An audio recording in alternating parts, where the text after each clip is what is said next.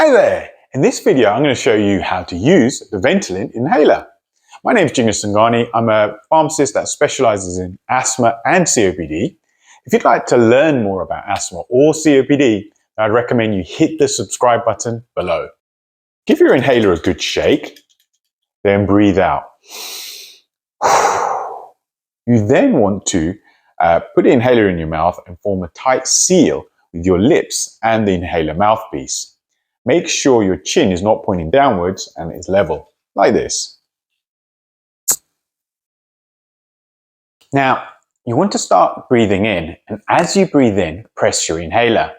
You then want to take a slow and steady breath in and hold it for 10 seconds or as long as you feel comfortable, like this.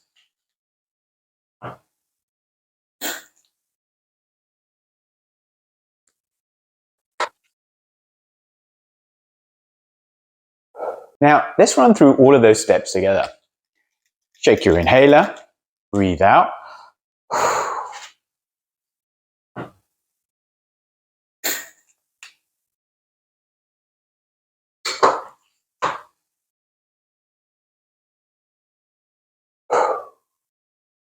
Did you know there's a way to get more from your inhaler and maybe help it work better?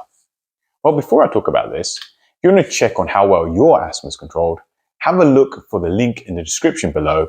You'll find free resources on assessing your asthma control and learning about asthma. Now, I'd recommend you check out this video over here on how a spacer can help your inhaler work better.